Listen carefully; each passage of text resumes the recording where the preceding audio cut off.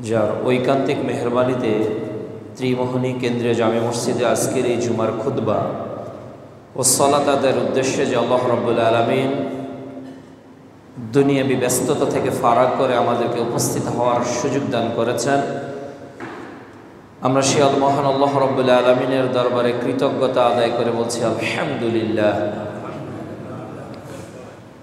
দরুদ ও সালাম বিশ্ব মানবতার মুক্তির দূত, মহাবিপ্লবের মহানায়ক, যার আদর্শকে বাস্তবায়ন করার লক্ষ্যে আমাদের সার্বিক প্রয়াস মুহাম্মদুর রাসূলুল্লাহ সাল্লাল্লাহু আলাইহি ওয়াসাল্লামের প্রতি যাবতীয় দরুদ ও সালাম। প্রিয় উপস্থিতি, আজ জুমার খুতবার আলোচ্য বিষয় সোনালী যুগের মুসলিম বনাম বর্তমান মুসলিম। উক্ত শিরোনামে পবিত্র কোরআন ও বিশ্বনবীর মুখমিশ্রিত বাণী থেকে 12টি পয়েন্টের উপর কথা বলার চেষ্টা করব ইনশাআল্লাহুল আজিজ। রব্বি শরহ লি সাদরি ওয়া ইয়াসসির লি আমরি ওয়াহলুল উকদাতাম মিন লিসানি ইয়াফকাহু কওলি। রাসূল সাল্লাল্লাহু আলাইহি ওয়াসাল্লামের ভাষ্যমতে তিনি তার যুগকে শ্রেষ্ঠ যুগ বলে অবহিত করেছেন এবং দিন যত অতিবাহিত হবে মানুষের মধ্যে সোনালী যুগের আচরণ তত হ্রাস পাবে। দিন যত অতিবাহিত হবে মানুষ রাসূল সাল্লাল্লাহু আলাইহি ওয়াসাল্লামের নববী জীবন থেকে নিজেকে গুটিয়ে রাখবে, এ কথাই ঠিক। তবে সোনালী যুগের মুসলমানরা কেমন ছিল, আমাদের অবস্থানই বা কেমন, তাদের এই আলোচনাটুকু জানা এজন্য প্রয়োজন যাতে আমাদের চেতনা বোধের জাগরণ তৈরি হয়। আল্লাহ রাব্বুল আলামিন বলছেন সূরা জারিয়াত অধ্যায় 51 আয়াত 55, ওয়াযাক্কির ফাইন্নাদ যিকরা তানফাউল মুমিনিন। তুমি উপদেশ দাও, উপদেশ মুমিনের উপকার করে, এটা মুমিনদের জন্য কল্যাণকর। সোনালী যুগের মুসলমানদের আখলাক, চরিত্র, ঈমান, ত্যাগ, ধৈর্য, মানবিকতা, মহানুভবতা এগুলো যদি আবারও পৃথিবীতে এই মুসলিম সমাজে জাগরিত হয়, আবারও যদি সেই আমল আখলাকে মানুষ নিজেকে পরিবর্তন করতে পারে, দূর অতীতে যেভাবে গোটা পৃথিবীতে মুসলমান নেতৃত্ব দিয়েছে, একবিংশ শতাব্দীতেও এ বিশ্বের নেতৃত্ব আল্লাহ মুসলমানদেরকেই দান করবে। এটা আল্লাহর ওয়াদা, এটা আল্লাহর ওয়াদা মুমিন বান্দাদের নিকট তিনি ব্যক্ত করেছেন। গোটা পৃথিবীতে মুসলমানদের কাছে হারিয়ে গেছে অনেক কিছুই। গোটা পৃথিবীতে মুসলমানদের যে জাগরণ ছিল, গোটা পৃথিবীতে মুসলমানদের যে নেতৃত্ব ছিল, গোটা পৃথিবীতে মুসলমানদের যে মান শান মর্যাদা ছিল, আজকে বিশ্বে নিজেকে মুসলিম বলে রিপ্রেজেন্ট করতে অনেক মুসলমান স্বাচ্ছন্দ্য বোধ করে না। কেন? এ পৃথিবীর ইন্টারন্যাশনাল পলিটিক্স মুসলমানদেরকে টেররিস্টের তকমা লাগিয়েছে। এ বিশ্বে মুসলমানদেরকে তারা উগ্রবাদী হিসেবে উপস্থাপন করেছে। খোদ ব্রিটেন, আমেরিকা, ইউরোপ সহ গোটা বিশ্বের যারা ন্যাটো ক্ষমতার অধিকারী তাতেই হামলা দিয়েছে। এটা হলো তাদের ভিউ। আমেরিকা এভাবেই মানুষকে পানির মন্ত্র দিয়েছে, এভাবেই গোটা বিশ্ব মুসলমানদেরকে নিয়ে খেলছে। কেন উইগুর মুসলমান জিনজিয়াং প্রদেশে 10 লক্ষ মুসলমান বন্দী?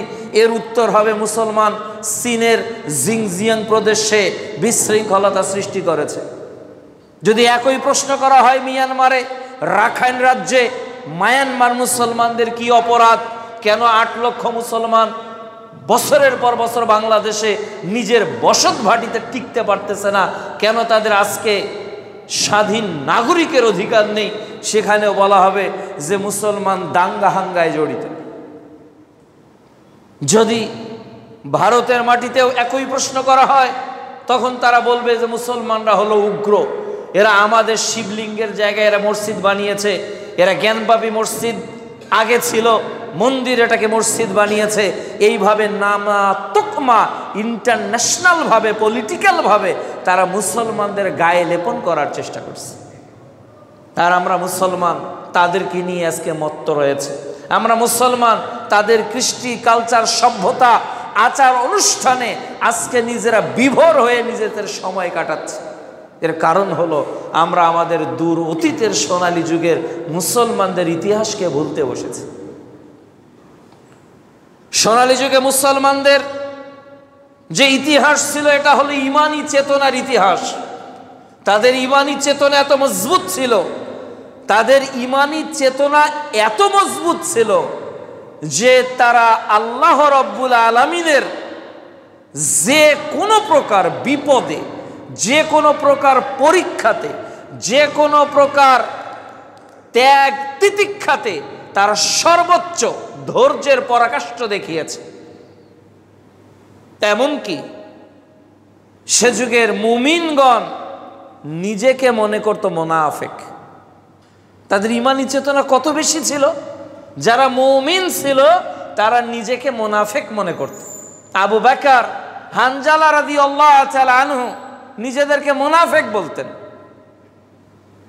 যে মানুষগুলো জিহাদের মাঠে অকাতরে জীবন বিলিয়ে দিয়েছে, যে মানুষগুলো ছিল সোনালী যুগের শ্রেষ্ঠ মানুষ, এ মানুষগুলো ইমানের কোন চূড়ায় পৌঁছতে পারলে নিজেকে নিজেই মুনাফিক মনে করে। আমরা কি নিজেকে মুনাফিক মনে করি? না, আমরা তো মুনাফিক আর একজনকে বলি, ওই হলো পাক্কা মুনাফিক, কথা দিয়ে কথা রাখে না, অমুক দেয়নি তমুক দেয়নি। কিন্তু সাহাবাগণ এত ইমানের বলে বলিয়ান থাকার পরেও তারা নিজেদেরকে মুনাফিক মনে করত। সহিহ মুসলিমে হাদিস এসেছে, আল্লাহ রাব্বুল আলামিনও বলছেন, সহিহ মুসলিমে এসেছে 2750 নম্বর হাদিস, আল্লাহ তাআলা বলছেন সূরা হামিম সেজদা অধ্যায় 41 আয়াত 30-এ, ইন্নাল্লাযীনা ক্বালু রাব্বুনাল্লাহ সুম্মা ইসতাকামু তাতানাজ্জালু মালাইকা। আল্লাহ তাআলা বলছেন যে ঈমানদার মুমিন যারা ঘোষণা করেছে যে আমাদের প্রতিপালক আল্লাহ, সুম্মা ইসতাকামু, এর উপর যারা তাদের জীবনকে অবিচল রেখেছিল, মার খেয়েছে, নির্যাতিত হয়েছে, কিন্তু তারা ঈমান থেকে কখনো দূরে হটে যায়নি। বাড়ি ছেড়েছে, ঘর ছেড়েছে, সংসার ছেড়েছে, পৃথিবীর মায়া ত্যাগ করে পরলোকের যাত্রী তারা হয়েছে, কিন্তু তারা তাদের ঈমানকে বিকিয়ে দেয়নি। কিন্তু আজ আমরা সেই ঈমানি চেতনা তাদের হারাতে বসেছি, যার কারণে আমরা বলি আমাদের সলাত নেই কিন্তু ঈমান আছে। আমি সলাত আদায় করি না কিন্তু আমার ঈমান তোমার চেয়েও খাঁটি আছে। এটা তাদেরই বলা শোভা পায় যারা বোঝে না আসলে ঈমানের হাকিকত কি, ঈমানের গুরুত্ব কি, ঈমানের মর্যাদা কি। প্রিয় উপস্থিতি, এই ঈমানের শত পরীক্ষায় তারা অবিচল ছিল। আল্লাহ রাব্বুল আলামিন বলছেন যে বিপদ তাদের এত এসেছিল যে সবাই বলেছিল মাতা নাসরুল্লাহ, আল্লাহ তোমার সাহায্য কখন আসবে। আল্লাহ তাদেরকে অভয় দিয়ে বলেছিলেন আলা ইন্না নাসরুল্লাহিল করিব, আমার সাহায্য তো তোমাদের নিকটবর্তী। আব্রাহা ভাঙতে এসেছিল বাইতুল্লাহকে, আল্লাহ রাব্বুল আলামিন রক্ষা করেছেন। অনুরূপভাবে মুহাম্মদ সাল্লাল্লাহু আলাইহি ওয়াসাল্লামকে সাক্ষাৎ মৃত্যুর হাত থেকে আল্লাহ তাআলা কাফেরদের সামনে বাঁচিয়েছে। ইতিহাস প্রমাণ বহন করে ইব্রাহিম আলাইহিস সালাম আগুনে পড়ে বেঁচে গিয়েছেন, ইসমাইল আলাইহিস সালাম ছুরির নিচে থেকে নিজের জীবনকে বাঁচিয়ে দিয়েছেন। তো এই যে আল্লাহ তাআলা মুমিনদের ঈমানের পরীক্ষা তার পদে পদে নিয়েছেন, কিন্তু পূর্বের সোনালী যুগের মানুষগুলো ঈমানের পরীক্ষায় তারা বিজয় লাভ করেছিল। আর আমাদের যদি পরীক্ষা আল্লাহ নেয় তো আমরা বলি আল্লাহ কাউকে পেল না, আমাকেই বেছে নিল। যত বিপদ আমার, যত অসুস্থতা আমার, যত গ্লানি আমার, যত অভাব আমার, আমরা আল্লাহর দরবারে আঙুল তুলে কথা বলি। কিন্তু সাহাবীরা, নবীগণ এটাকে মেনে নিয়েছিলেন। আল্লাহ সুবহানাহু ওয়া তাআলা বলছেন সূরা মুলক অধ্যায় 67 আয়াত দুইয়ে আমি তোমাদের পরীক্ষা করার জন্যই জীবন আর মৃত্যু দিয়েছি। আল্লাহ রাব্বুল আলামিন বলছেন সূরা বাকারা অধ্যায় 2 আয়াত 155, আমি তোমাদের পরীক্ষা করব। তাহলে ইমানের পরীক্ষায় তারা পাশ করেছিল, আর ইমানের পরীক্ষায় আমরা প্রতিনিয়ত ফেল করে যাচ্ছি। ফজরে আমাদের ইমানের পরীক্ষা হচ্ছে যে prayer is better then sleeping. এখন আপনি মসজিদমুখী হচ্ছেন নাকি বিছানামুখী হচ্ছেন? আপনাকে বলা হচ্ছে আইয়া আলাস সালাহ, ক্যাম টু প্রেয়ার। এখন সফলতা এখানে, সফলতা ব্যবসা বাণিজ্যে কোথাও নেই। দেখবেন আমরা ইমানের পরীক্ষায় হেরে যাচ্ছি, হেরে যাচ্ছি ইমানের পরীক্ষায়। আজকে আপনি যেখানেই যাবেন সেখানেই দেখবেন মুসলমানরা ম্যাক্সিমাম পরীক্ষায় ইমানের তাদের আল্লাহর নিকট পরাজয় বরণ করছে। 2 নাম্বার, আমরা যে আমল করি বিচারের মাঠে, যে আমলকে মিজানের দাড়ি পাল্লায় ওজন করা হবে, আল্লাহ তাআলা বলছেন সূরা জিলজাল পারা 30 অধ্যায় 99 আয়াত 7 ও 8, কেউ যদি যার্রা পরিমাণ নেকি করে এটা দেখানো হবে। চিন্তা করেন তো আমাদের আমলের পাল্লা কত শূন্য, কি আমল করি আমরা। সাহাবীগণ দীর্ঘ সময় রুকুতে দাঁড়িয়ে থাকতেন, দীর্ঘ সময় সেজদায় পড়ে থাকতেন, এমনকি মুহাম্মদ সাল্লাল্লাহু আলাইহি ওয়াসাল্লামের পা ফুলে যেত, এত দীর্ঘ সময় তিনি দাঁড়িয়ে থাকতেন। তারা আইএমএ ভিজে সিয়াম পালন করত, তারা সাপ্তাহিক সিয়াম পালন করত, তারা আল্লাহর কাছে ইবাদতে রাত্রিতে জাগরণ করত, তাহাজ্জুদে রক্তে তারা উঠে যেত, তারা কম খেত, দান করত। কিন্তু আজকে দেখেন তো নেকির কোটা আমাদের কতটুকু আছে। আজকে জুমার দিন সূরা কাহাফ তেলাওয়াত করার কথা কি হাদিসে আসেনি? জুমার দিন বেশি বেশি দরুদ পাঠের কথা কি হাদিসে আসেনি? জুমার দিন বেশি বেশি আল্লাহর নিকট ইস্তেগফারের আহ্বান কি আল্লাহ রাসূল করেননি? কিন্তু কোটি কোটি মুসলমান আজকে বাংলাদেশে জুমার দিন অতিবাহিত করবে, কিন্তু তারা সূরা কাহাফ কখনো পৃষ্ঠাটাও খুলে দেখবে না। জুমার দিন অতিবাহিত হয়ে যাবে, 5 বারও দরুদ পড়ার চিন্তা তারা করবে না। জুমার দিনে দোয়া কবুল হয় মর্মে আল্লাহ রাসূল বলেছে, আল্লাহর কাছে চোখের অশ্রু ফেলে দিয়ে কেউ কাঁদবে না। অথচ সাহাবীরা ছোট আমলটাকেও লুফে নিতেন, ছোট ছোট আমলকেও তারা লুফে নিতেন। উপস্থিতি, তাদের আমল আর আমাদের আমল, আমরা তো ইসলামকে ডেকোরেশন বানিয়েছি। জুমার দিন সুন্দর একটা পোশাক পরতে হয়, সুন্দর একটা টুপি পরতে হয়, ঈদুল আজহাতে বড় একটা গরুকে কোরবানি দিতে হয়। That is this is our Islam, এটাই আমাদের প্র্যাকটিস ইসলাম। কিন্তু basically in our whole life আমি কিভাবে how to apply the holy Quran and authentic hadith, everybody we don't know about it. আমরা জানি না কোরআন হাদিসকে আমাদের প্রপারলি কিভাবে ইউটিলাইজ করতে হয়, কিভাবে জীবন এটাকে মেনে চলতে হয়। আমরা কেবল ইসলামটাকে একটা ডেকোরেশনের ধর্ম বানিয়েছি, কিন্তু সাহাবীদের এটা ছিল না। তারা 24 আওয়ার্স ইসলামকে জীবনে অ্যাপ্লাই করেছেন। তাদের জুমার দিনের ইবাদত যত সুন্দর ছিল, ফজরের ইবাদতটাও তত সুন্দর ছিল। তাদের ফজরের ইবাদতটা যত সুন্দর ছিল, তাদের দৈহিক কার্যকলাপটাও তত সুন্দর ছিল। এই উপস্থিতি, এজন্য সে যুগের মানুষের আমল, সে যুগের মানুষের কর্ম আর আমাদের কর্মের মধ্যে রয়ে গেছে বিশাল পার্থক্য। 3 নাম্বার, সে যুগের মানুষের source of income, side of economics, তাদের যে ইনকামের উৎসগুলো ছিল এগুলো ছিল হালাল, এগুলো ছিল বৈধ। তারা কখনো নিজেকে হারামের সঙ্গে সম্পৃক্ত করার কখনো চিন্তাও করেনি, কখনোই চিন্তা করেনি। এমনকি পাওয়া জিনিস তারা ফেরত দিয়েছে। সহিহ বুখারী 3472 নম্বর হাদিস, জমি খুঁড়তে গিয়ে সোনার কলস পেয়েছে, সোনা ভর্তি কলস। বিক্রেতাকে গিয়ে বলতেছে এটা তোমার, তুমি নিয়ে নাও, আমি জমি কিনেছি, আমি সোনা কিনি নাই। বিক্রেতা বলছে আমি জমি এর মধ্যে যা আছে সবই বিক্রি করেছি। প্রত্যেকের শঙ্কা ছিল, যদি জমি বিক্রি করেছি, সোনার কলসটা আমার ছিল না, যদি আমি এটা ভক্ষণ করি বিচারের মাঠে আসামির কাঠগড়ায় দাঁড় হতে পারি। আবার যে ক্রেতা সে ভাবছে আমি তো জমির টাকা দিয়েছি, স্বর্ণের টাকা দেইনি, এই স্বর্ণ যদি আমি আজকে বাড়িতে নিয়ে যাই তাহলে বিচারের মাঠে এর জবাব দিতে হবে। কিন্তু আজকে দেখুন তো আমরা কিভাবে আমাদের অর্থনৈতিক জীবনকে সাজিয়েছি। আল্লাহ রাব্বুল আলামিন বলছেন সূরা বাকারা অধ্যায় 2 আয়াত 168, আয়াত 172, সূরা মুমিনুন অধ্যায় 23 আয়াত 51, যে আল্লাহ তাআলা বলছে তোমাদের যেটা ইনকাম হবে, যেটা তোমরা খাবে, যেটা তোমরা ভক্ষণ করবে, হালালান তাইয়্যিবা, এটা যেন হালাল এবং পবিত্র হয়।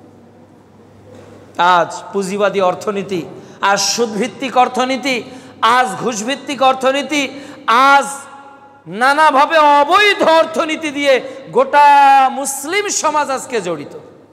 আমরা চিন্তাও করতেছি না এটা আমাদের আকীদাকে, এটা আমাদের আমলকে কিভাবে ধ্বংস করে দিচ্ছে। অথচ হালাল হারামের ব্যাপারে তারা কতটা সজাগ ছিল। আবু বকর রাদিয়াল্লাহু তাআলা আনহু একদা বসে আছেন, একজন মুসলিম এসে বললেন, হে আমিরুল মুমিনিন, এই যে কিছু খাদ্য আপনার জন্য নিয়ে এসেছি। আমিরুল মুমিনিন আবু বকর রাদিয়াল্লাহু তাআলা আনহু এই খাবারটা খেয়ে ফেললেন। এবার ওই মুসলিম ভাই জিজ্ঞাসা করছে, হে আমিরুল মুমিনিন, আপনি তো খাবার তাহকিক করে খান, আপনি তো জিজ্ঞাসা করে খান, আজকে কেন এমন করে খেয়ে ফেললেন, না বলেই খেয়ে ফেললেন? আবু বকর বললেন, কেন, এই খাদ্য এর উৎস কি?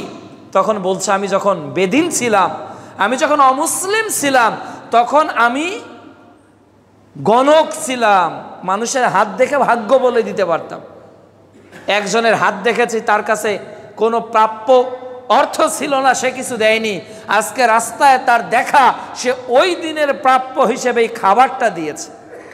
এই কথা শোনা মাত্রই আবু বকর রাদিয়াল্লাহু তাআলা আনহু তার হাতকে মুখে ঢুকিয়ে সমস্ত খাবারকে বমি করে ফেলে দিলেন। আল্লাহু আকবার। প্রিয় উপস্থিতি, আমাদের চরিত্র কোথায়? আমাদের চরিত্র মিলিয়ে দেখেন তো, সোনালী যুগে ওই মানুষগুলোর তো 2টা হাত ছিল, 2টা পা ছিল। আজ আমরা এমনভাবে ভক্ষণ করছি, আল্লাহ আমাদেরও কথা বলছেন যে এমন একটা সময় তোমাদের নিকট চলে আসবে, তোমরা উপার্জন করবে কিন্তু হালাল হারাম এটা আর বিবেচনা করবে না। সহিহ বুখারীতে এই হাদিসটি এসেছে, 2559 নম্বর হাদিস, যে তোমরা উপার্জন করবে কিন্তু তোমাদের ভুরুক্ষেপ থাকবে না যে আমার এই অর্থ, আমার এই সম্পদ, আমার এই খাদ্য এটা হালাল নাকি হারাম। সহিহ বুখারী 2059 নম্বর হাদিস, ক্রয় ও বিক্রয় অধ্যায়। উপস্থিতি মিলিয়ে নেন, তাদের হালাল হারামের বিবেচনা আর আমাদের হালাল হারামের বিবেচনা। আমরা কি বলি, এত কিছু ধরলে কি চলা যায়, এত কিছু ধরলে কি জীবন চলে? অথচ ওমর রাদিয়াল্লাহু তাআলা বলছেন যে ঈমান তো সেটাই, কাঁটাযুক্ত একটা পথে তুমি তোমার কাপড়কে গুটিয়ে চলবে যাতে কাঁটা তোমার দেহে আঘাত করতে না পারে। এভাবেই তো মুমিন তার জীবন অতিবাহিত করবে।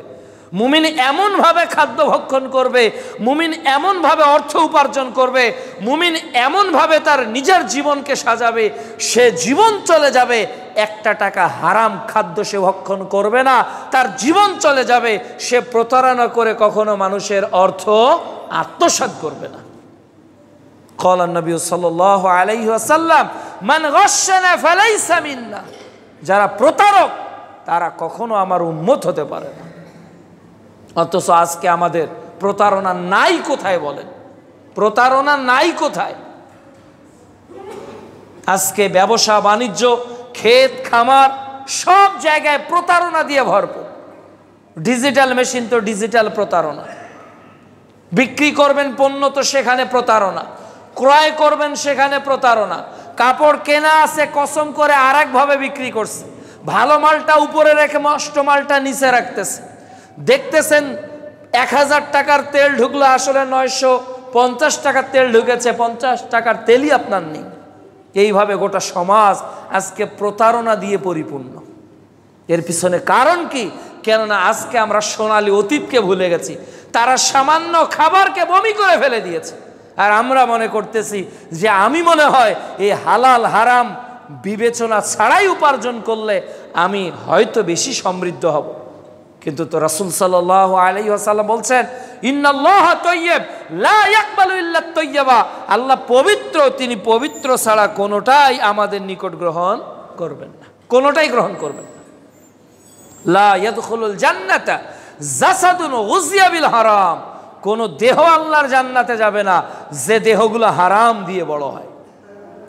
হয়তো আজকে আমি 3 বেলা গরুর গোশত খেয়ে বড় হচ্ছি, হয়তো আমি অর্গানিক ফুড খেয়ে আমার দেহকে সুন্দর করতেছে, হয়তো আমার বাসায় এসি আছে, হয়তো আমার প্লটের মালিক, আমি খুব ভালো লাইফ লিড করতেছি। কিন্তু জেনে রাখবেন, যদি স্টোমাক, আপনার কণ্ঠ, আপনার এই জিহবা হারাম কোন খাদ্যের স্বাদ গ্রহণ করে, এই জিহবা, এই অঙ্গ, এই দেহ আল্লাহর জান্নাতে যাবে না। 1450 বছর আগে এ বিল হাইকোর্ট থেকে পাশ হয়েছে, আপনি চাইলেও পাবেন না। ওই দিন ক্ষমতা চলবে না, ওই দিন দাপট টিকবে না, ওই দিন সমস্ত অর্থ দিয়ে জান্নাতের জন্য নিজেকে যদি উপস্থাপন করেন, সব অর্থ যদি বিনিয়োগ করে জাহান্নাম থেকে বাঁচতে চান, ওই দিন কোনো ক্রয় বিক্রয় করা হবে না। প্রিয় উপস্থিতি, এজন্য তো মুহাম্মদ সাল্লাল্লাহু আলাইহি ওয়াসাল্লাম বলেছেন যে বড়লোকদের 500 বছর আগে আল্লাহ গরিবদেরকে জান্নাতে দিয়ে দিবে। কেন দিবে? তাদের হালাল উপার্জন, তাদের জবাবদিহিতাও কম। রাসূল সাল্লাল্লাহু আলাইহি ওয়াসাল্লাম বলছেন, লা তাজালু কদাম ইবনে আদম ইয়াউমাল কিয়ামা মিন ইনদি রাব্বি হাত্তা ইসআলু আন খামস। 5টা প্রশ্ন করা হবে, এর একটা প্রশ্ন করা হলো ওয়া মালি মিন আইনা ইকতাসাবাহু ওয়া ফিমা আনফাকাহু, সম্পদ কিভাবে উপার্জন করেছো আর এটা কোন পথে ব্যয় করেছো। তাহলে তাদের জীবন আমাদের জীবনের কত পার্থক্য। এরপর 5 নাম্বার, দেখুন তাদের দুনিয়া আর আমাদের দুনিয়া। তারাও দুনিয়াতে ছিল, তাই না? 50 বছর, কেউ 60 বছর, কেউ 70 বছর। তাদের স্ত্রী ছিল না, তাদের সন্তান ছিল না, তাদের শ্বশুর শাশুড়ি, বাবা মা, আত্মীয় স্বজন সবাই তো ছিল। কিন্তু তারা দুনিয়ার জীবনকে কিভাবে কাটিয়ে দিয়েছে। একবারও দেখেছেন সাহাবীদের জীবন কেমন ছিল? একবারও দেখেছেন প্রিয় নবীর জীবন কেমন ছিল? একবারও ভেবেছেন তাবেঈনরা কিভাবে জীবন কাটিয়েছে? তারা কিভাবে জীবন কাটিয়েছিল? রাসূলুল্লাহ সাল্লাল্লাহু আলাইহি ওয়াসাল্লাম বলছেন, কুন ফিদ দুনিয়া কাআন্নাহু গরীব আও আবিরুস সাবিল। সহিহ বুখারী 6416 নম্বর হাদিস।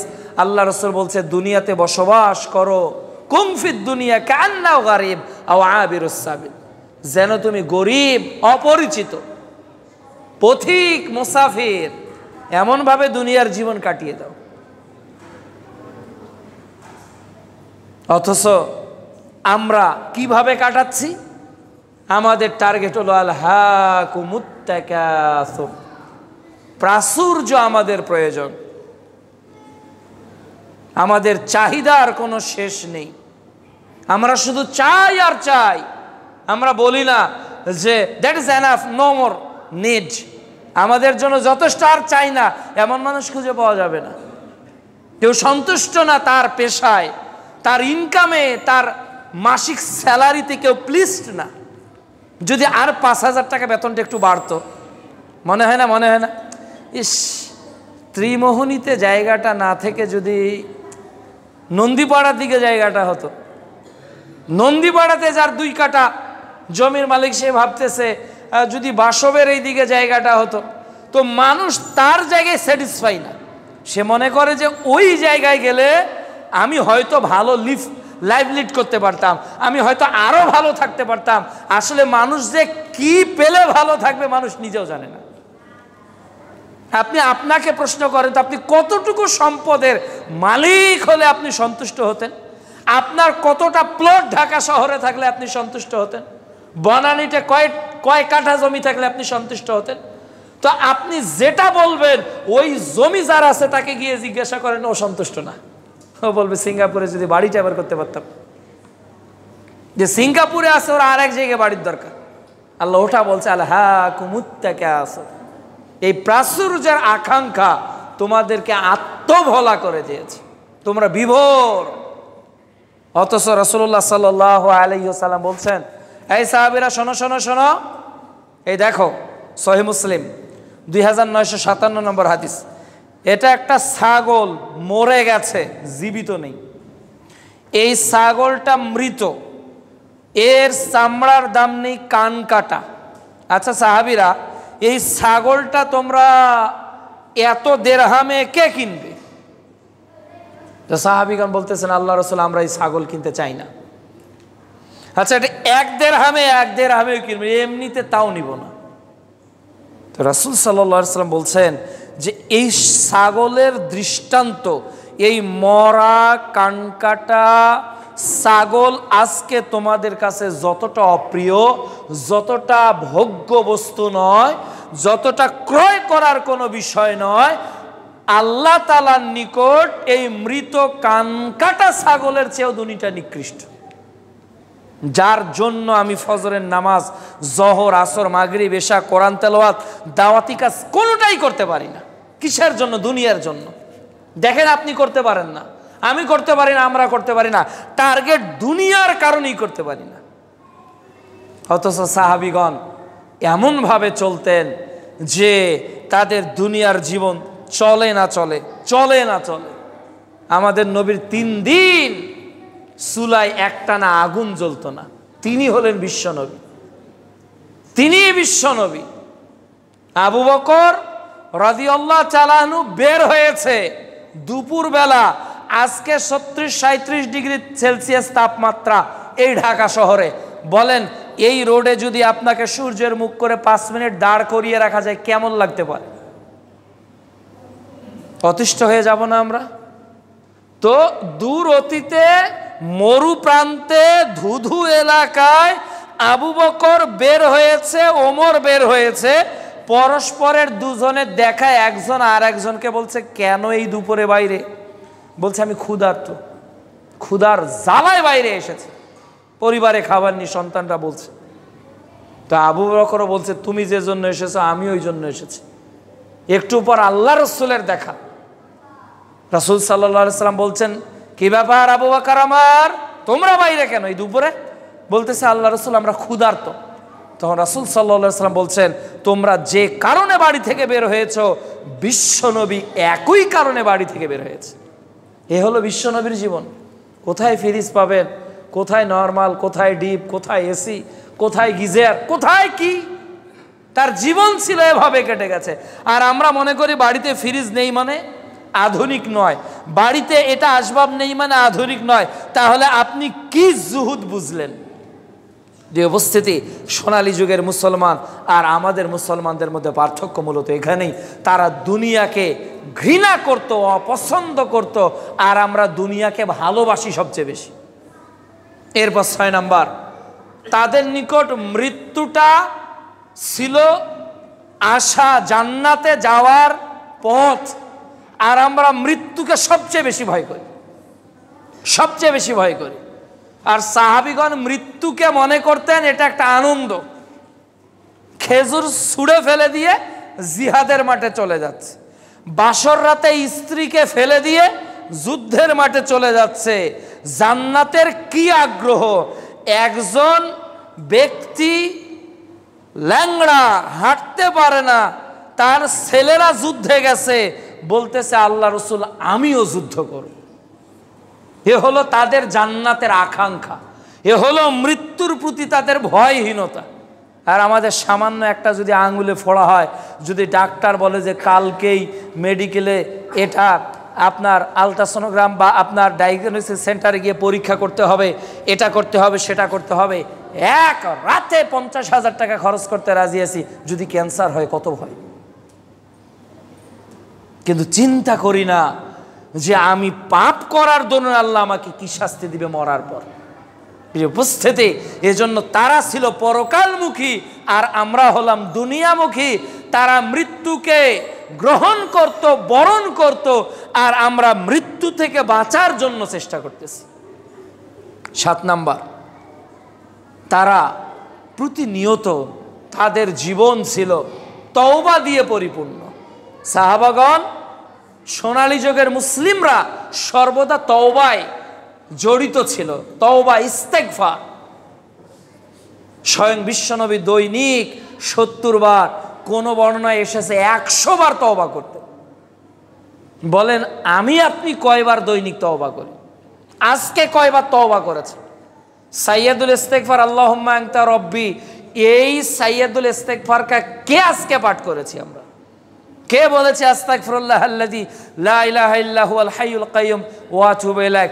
অথচ সাহাবীরা রাত দিন তওবা করতেন, রাত দিন তওবা করতেন। তওবা মানুষের পাপকে মিটিয়ে দেয়, তওবা মানুষের পাপকে নেকিতে পরিণত করে, তওবা মানুষকে আল্লাহর নৈকট্যশীল বান্দাতে পরিণত করে। অথচ আমরা তওবা করতে জানি না, আমরা তওবা করি না, আমরা তওবা করতে পারি না। আমাদের জীবনটা কেমন? আমাদের জীবন তওবা করব না, উল্টো পাপে ভরা, রাত দিন পাপ করছে। রাসূলুল্লাহ সাল্লাল্লাহু আলাইহি ওয়াসাল্লাম বলছেন, তিরমিজি 2499 নম্বর হাদিস, যে কুল্লু বানি আদম খাত্তা, প্রত্যেক আদম সন্তানই পাপী, ও খায়রুল খাত্তাইনা তাওয়াবুন, আর উত্তম পাপী হলো যে তওবা করে। তাহলে উত্তম কারা? যারা তওবাকারী। সাহাবীদের তওবার এই মেজাজ ছিল, এমনকি তারা পাপ থেকে বাঁচার জন্য মৃত্যুবরণ করেছে। আল্লাহ রাসূলের কাছে এসে বলতেছে আমাকে পবিত্র করেন। একজন 99 জনকে হত্যা করে বলতেছে আমি মাপ কিভাবে পাবো? সবই বুখারী মুসলিমের হাদিস, 3470 নম্বর হাদিস। আমি ক্ষমা কিভাবে পাবো আল্লাহ রাসূল বলেন। এসে বলতেছে আল্লাহ রাসূল আমি জেনা করেছি, আমার বিচার করেন। আমি জেনা করেছি, আমার বিচার করেন। ওই লোক এটা জানে যে মৃত্যুর আগে যদি তওবা না করি তাহলে বিচারের মাঠ ভয়াবহ হয়ে যাবে। অথচ আমরা রাতে, দিনে, গোপনে, প্রকাশ্যে, দিবালোকে, ইচ্ছায়, অনিচ্ছায়, প্রবৃত্তির তাড়নায় কত গুনাহ করছি। চোখের, কানের, জবানের, চিন্তার, হৃদয়ের, পায়ের, হাতের। এরপরেও আমরা ইস্তেগফার করতে চাই না। এরপর ইলমের ক্ষেত্রে সোনালী যুগের মানুষরা ইলমে সমৃদ্ধ ছিল। বর্তমান মুসলমানরা মনেই করে না যে ইসলামী জ্ঞান অর্জন করা ফরজ। এরা মনে করে যে ইংরেজি শেখাটা ফরজ, কিভাবে ব্রিটিশ প্রনাউন্সিয়েশন, আমেরিকান শেখা যাবে এটা ফরজ। আমার সন্তানকে ডাক্তার বানানো ফরজ, ইঞ্জিনিয়ার বানানো ফরজ, প্রাইমারিতে ভর্তি করাবো, বুয়েট, চুয়েট, কুয়েট, রুয়েটে পড়াবো, হায়ার এডুকেটেড পার্সন হবে আমাদের সোসাইটিতে, এটাই ফরজ। কিন্তু আজকের অধিকাংশ পিতামাতা মনে করে না, বা তারা নিজেরাও এ জ্ঞান অর্জন করে না যে জ্ঞান অর্জন ফরজ। দ্বীনি জ্ঞান অর্জন করা ফরজে আইন। বাপ করলে ছেলের হয়ে যায় না, আর ছেলে মাদানি হলে বাপের এই মাদানিটা কাজে লাগবে না। বাপকে আলাদা জ্ঞান অর্জন করতে হবে। ছেলে যদি মাদানি হয়, ছেলে যদি আল আজহার বিশ্ববিদ্যালয়ে ডক্টরেট ডিগ্রিধারী হয়, আর বাপ যদি কোরআন তেলাওয়াত করতে না জানে, বাপ যদি ইসলাম সম্পর্কে সঠিক জ্ঞান না অর্জন করে, তো ছেলে আজহারি, ছেলে মাদানি, বাপের উপকার হবে? বাপের জন্য আলাদা জ্ঞান, তার জন্য ফরজ। আল্লাহ তাকে জিজ্ঞাসা করবে, ওটাও বিচারের মাঠে জিজ্ঞাসা হবে, কি জ্ঞান অর্জন করেছো? জবাব দাও। কি জ্ঞান অর্জন করেছো? জবাব দাও। তাহলে সাহাবীগণ হাদিস শেখার জন্য আয়েশা রাদিয়াল্লাহু তাআলা আনহার গৃহে আসতেন। সাহাবীগণ বলতেন আপনি একটু বলেন তো এই হাদিসটা সম্পর্কে। মহিলাদের মধ্যে সবচেয়ে বেশি হাদিস বর্ণনাকারী ছিলেন আয়েশা রাদিয়াল্লাহু তাআলা আনহা। তারা ইলমের প্রতি এত সজাগ ছিল, সামান্য আমল করতে গিয়েও তারা তাহাকিক করত আমলটা সহিহ না জয়ীফ, আমলটা রাসূল থেকে না বানানো। যদি দলিল পাওয়া যেত, সাক্ষ্যদাতা পাওয়া যেত, তারা মেনে নিত। যদি পাওয়া না যেত, তারা মেনে নিত না। কিন্তু আজকের যুগে মুসলমান বাপদাদার দোহাই, বড় পীরের দোহাই, অলিয়া উলিয়ার দোহাই, এত লোকের দোহাই, বুজুর্গানে দিনের দোহাই দিয়ে ইসলামকে মানতেছে। অথচ সেই যুগের ইমান, সেই যুগের ইলম আর আমাদের ইলমের মধ্যে রয়ে গেছে বিস্তার ফারাক। এরপর ত্যাগ, ত্যাগের নমুনা সোনালী যুগে কেমন ছিল? তারা নিজে না খেয়ে অন্যকে খাওয়াতো। একটা ছাগলের মাথা 60টা পরিবার ঘুরে গিয়ে যিনি প্রথমবার দিয়েছেন তার কাছে ফিরে এসেছিল। ইয়ারমুকের যুদ্ধে এক মশক পানি নিয়ে তার চাচাকে পান করানোর জন্য ভাতিজা যাচ্ছিল, চাচাকে পান করাবে, দূরে একজন বলছে পানি, তখন চাচা বলতে ভাতিজা ওকে আগে দাও, ওই লোকটাকে পানি পান করাবে, আর একজন ইশারায় বলছে যে সে তৃষ্ণার্ত, তখন ওই লোক বলতেছে তুমি তাকে পান করাও। ওই লোকের তৃতীয় লোকের কাছে গিয়ে দেখলো যে লোকটা মারা গিয়েছে, 2 নম্বর লোকের কাছে এসে দেখে তিনিও মারা গিয়েছে, চাচার নিকট এসে দেখে তিনিও মারা গিয়েছে, কিন্তু পানি কাউকে খাওয়াতে পারেনি। কি ত্যাগ! মৃত্যুর আগ পর্যন্ত তাদের ত্যাগ। আর আমরা মনে করি আমার আমার আমার আমার, দিলে তো লস হয়ে গেল। অথচ রাসূল সাল্লাল্লাহু আলাইহি ওয়াসাল্লাম বলছেন তুমি যা খাচ্ছ তা তোমার, তুমি যা পড়ছো তা তোমার, তুমি যা দান করেছো তা তোমার। এজন্য প্রিয় উপস্থিতি, ত্যাগের মহিমা তারা অর্জন করেছিল পৃথিবীতে, আমরা সেই ত্যাগ আজ পর্যন্ত উপস্থাপন করতে সক্ষম হই। 11 নম্বর, যে আজকে আমরা ইহুদি নাসরাদের অনুসরণকারী হয়ে গেছে, অথচ রাসূল সাল্লাল্লাহু আলাইহি ওয়াসাল্লাম এর সোনালী যুগের মুসলমানরা ইহুদিদের কোনো নীতির অবস্থানের পক্ষে কথা বলেনি, বরং বিরোধিতা করেছে। এই গোপ খাটো করো, দাড়ি ছেড়ে দাও, এর আগের কথা হলো তোমরা ইহুদিদের বিরোধিতা করো, তার আগে আল্লাহ রাসূল বলেছে। সহিহ বুখারী কিতাবুল লেবাস 87তম পর্ব হাদিস নাম্বার 5892। আবার যেখানে বলা হয়েছে যে তোমরা যদি তাদের অনুসরণ করো তাদের বলে গণ্য হবে, আবু দাউদ 4031 নম্বর হাদিস। এইভাবে আল্লাহ তাআলা এবং রাসূল সাল্লাল্লাহু আলাইহি ওয়াসাল্লাম সাহাবীদের এবং পরবর্তী সাহাবীরা, তাবেঈদের, তাবেঈরা, তাবিদের যুগে যুগে ইহুদি খ্রিস্টানদের এই চাটুকারিতা, এই ধ্বংসাত্মযজ্ঞ পরিণতি সম্পর্কে আমাদেরকে সতর্ক করেছে। অথচ বর্তমান যুগের মুসলমান তাদের অনুসারী, তাই না? আমরা ইসরায়েলের বিপক্ষে আছি, কিন্তু ইসরায়েলের সমর্থন যারা দেয় ওই ব্রাজিল, ওই আর্জেন্টিনার মেসির পক্ষেও আবার আমরা আছি। আমরা কতটা মুনাফিক! আমরা ইসরায়েলকে ঘৃণা করি, কিন্তু ইসরায়েল মেসির টাকায় চলছে, এটা ধরতে হবে। ইসরায়েল ইকুয়াল মেসি, ওই মেসির গেঞ্জি আমার গায়ে, আবার আমি ইসরায়েলের বিপক্ষে কথা বলছি, তাহলে একে আমার ভালোবাসার প্রমাণ। ইহুদি খ্রিস্টানদের যাবতীয় নীতির সঙ্গে বয়কট ঘোষণা করতে হবে, যাবতীয় নীতি। আল্লাহ তাআলা প্রতিদিন 17 বার আপনাকে পাঠদান দিচ্ছে, প্রতিদিন আল্লাহ 17 বার আপনাকে বলছে এই আব্দুর রহমান এই জ্ঞান অর্জন করে মসজিদের বাইরে দাও, এই আব্দুর রহমান এই জ্ঞান অর্জন করে মসজিদের বাইরে দাও। দৈনিক 17 বার আপনাকে আল্লাহ একটা কথা বলার জন্য 5 বার মসজিদে নিয়ে আসে। দৈনিক 17 বার একটা কথা বলার জন্য আল্লাহ মসজিদে একজন মুসলমানকে কয়বার নিয়ে আসে? 5 বার। একটা কথা দৈনিক যাতে আপনি 17 বার বলেন, ওটা একবার বললেই তো হতো, 5 বার মসজিদে নিয়ে আসে। ফজরে নিয়ে এসে বলে গায়রিল মাগদুবি আলাইহিম ওয়ালাদ-দাল্লিন, জোহরে এসেও বলি গায়রিল মাগদুবি আলাইহিম ওয়ালাদ-দাল্লিন, আসরে এসে বলি গায়রিল মাগদুবি আলাইহিম ওয়ালাদ-দাল্লিন, মাগরিবে এসে বলি গায়রিল মাগদুবি আলাইহিম ওয়ালাদ-দাল্লিন, এশায় এসেও বলি গায়রিল মাগদুবি আলাইহিম ওয়ালাদ-দাল্লিন। তাহলে মুসলমানদের শুরু হয় সালাত ফজর গায়রিল মাগদুব, মুসলমান রাতে ঘুমাতে যায় তখনও এশার সালাতে পড়ে গায়রিল মাগদুবি আলাইহিম ওয়ালাদ-দাল্লিন। তাহলে বুঝতে হবে ইহুদি খ্রিস্টান কত ঘৃণার পাত্র, মুসলমানদের সঙ্গে তাদের কতটা বিদ্বেষ।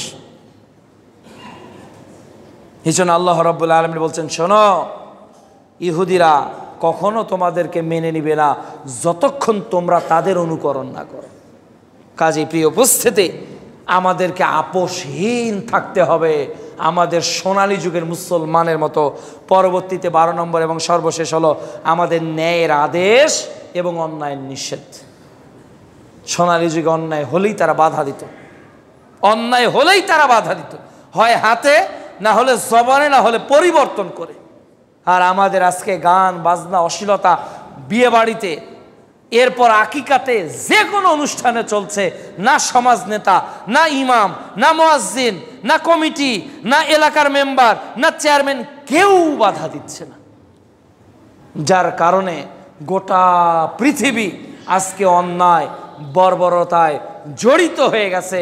গোটা পৃথিবীতে আজকে চলছে উচ্ছৃঙ্খলতা, গোটা পৃথিবীতে আজকে চলছে ইহুদি নাসরাদের জয় জয়কার কারবার। ওরা নানাভাবে মুসলমানদেরকে নির্যাতন করার চেষ্টা করতেছে। বিগত 23 সাল থেকে 25 সালে এই প্রায় 2.5 বছরে প্রায় 54,000+ মানুষকে ওরা এক গাজাতেই হত্যা করেছে। ওরা হত্যা করেছে আফগানিস্তানে, ওরা হত্যা করেছে সিরিয়াতে, ওরা হত্যা করেছে কাশ্মীরে, ওরা হত্যা করেছে উইগুরতে, ওরা গোটা বিশ্ব মুসলমানদেরকে মারছে। অস্ত্র দিচ্ছে আমেরিকা, বুদ্ধি দিচ্ছে ব্রিটেন, অস্ত্র দিচ্ছে এইরকম ইউরোপের দেশগুলো। আজকে গোটা পৃথিবী মুসলমানদেরকে ঘায়েল করার জন্য, কাবু করার জন্য ব্যস্ত। মুসলমান আবার মেরুদণ্ড নিয়ে যদি এই পৃথিবীতে দাঁড়াতে পারে, তাহলে পৃথিবীর যাবতীয় চক্রান্তকে পরাজিত করে আবারও পৃথিবীতে ইসলাম বিজয়ী হবেই হবে ইনশাআল্লাহ। কিন্তু প্রয়োজন আমাদের নীতি। আমরা যতটুকু আলোচনা করলাম, আমাদের ইমানি মজবুতি যেন আল্লাহ তাআলা আমাদেরকে পুক্ত করে দেয়। আল্লাহ রাব্বুল আলামিন যেন আমাদের আমলকে বেশি বেশি সমৃদ্ধ করার তৌফিক দান করেন। আল্লাহ রাব্বুল আলামিন যেন আমাদেরকে কোরআন ও সুন্নাহর নির্ভীক সৈনিক হওয়ার তৌফিক দান করেন। আল্লাহুম্মা আমিন। আলহামদুলিল্লাহ ওয়াহদাহু ওয়াসসালাতু ওয়াসসালামু আলা মান লা নাবিয়্যা বা'দাহু ওয়া আলা আলিহি ওয়া সাহবিহি আজমাইন ওয়া মান তাবি'আহুম বিইহসান ইলা ইয়াউমিদ্দিন, আম্মা বা'দ। প্রিয় উপস্থিতি, আজকে গ্লোবাল ভিলেজাইজেশনের এই যুগে গোটা পৃথিবী অ্যাজ লাইক অ্যাজ পন্ড, একটা পুকুরের মতো। গোটা বিশ্বে মুসলমানদের নির্যাতন, বিশেষ করে ভারতে মুসলমানরা যেভাবে ধর্ষণের শিকার হচ্ছে, মুসলমানদের মসজিদগুলোকে যেভাবে ভেঙে চুরে চুরমার করা হচ্ছে। আজকে ভারতে হামলা হয়েছে, ডোনাল্ড ট্রাম্প এই পাগল বিবৃতি দেয়, অথচ 55,000 বনু আদম মুসলিম গাজাতে মারা গেল। এ মুখে কুলুপ এঁটে বসে থাকে, কোনো কথা বলে না। আজকে আপনি আমি যদি সচেতন না হতে পারি, আমরা 18 কোটি মুসলমান, আমাদের অনেক কিছু করার আছে, অনেক কিছু করার আছে। নিজেকে পরিবর্তন করতে পারি, নিজের আমলকে পরিবর্তন করতে পারি, নিজের ইমানকে পরিবর্তন করতে পারি, গোটা বিশ্বের মুসলিম উম্মাহ সম্পর্কে জ্ঞান অর্জন করে নিজের জাতিকে জানিয়ে সচেতন করতে পারি। আল্লাহর কাছে কাফেরদের বিরুদ্ধে মুসলিমের পক্ষে দোয়া করতে পারি। অন্তত আল্লাহকে বলার জন্য কিছু এক্সকিউজ তৈরি করেন, যাতে আল্লাহকে বলতে পারবো, আল্লাহ ফিলিস্তিনে যেতে পারিনি, গাজায় যেতে পারিনি, বাংলাদেশ থেকে কিছু করেছি, বলেছি, লিখেছি, শেয়ার করেছি। আল্লাহ সুবহানাহু ওয়া তাআলা যেন তৌফিক দান করেন। ত্রিমোহনী পূর্বপাড়ার আল্লাহর এক ধার্মিক বান্দি মসজিদে টাকা দিয়েছেন তার মৃত পিতামাতার জন্য এবং পরিবারের সকলের জন্য দোয়া চেয়েছেন। যারা মৃত্যুবরণ করেছে আমরা দোয়া করি আল্লাহ সুবহানাহু ওয়া তাআলা যেন তাদেরকে জান্নাতুল ফেরদৌসের মেহমান হিসেবে কবুল করেন। যারা বেঁচে আছে আল্লাহ তাআলা তাদেরকে কোরআন সুন্নাহ অনুযায়ী আমল করার তৌফিক দান করুন। আল্লাহ সুবহানাহু ওয়া তাআলা সর্বোপরি আমাদের আদর্শ সোনালী যুগের মুসলমান এর আদলে নিজের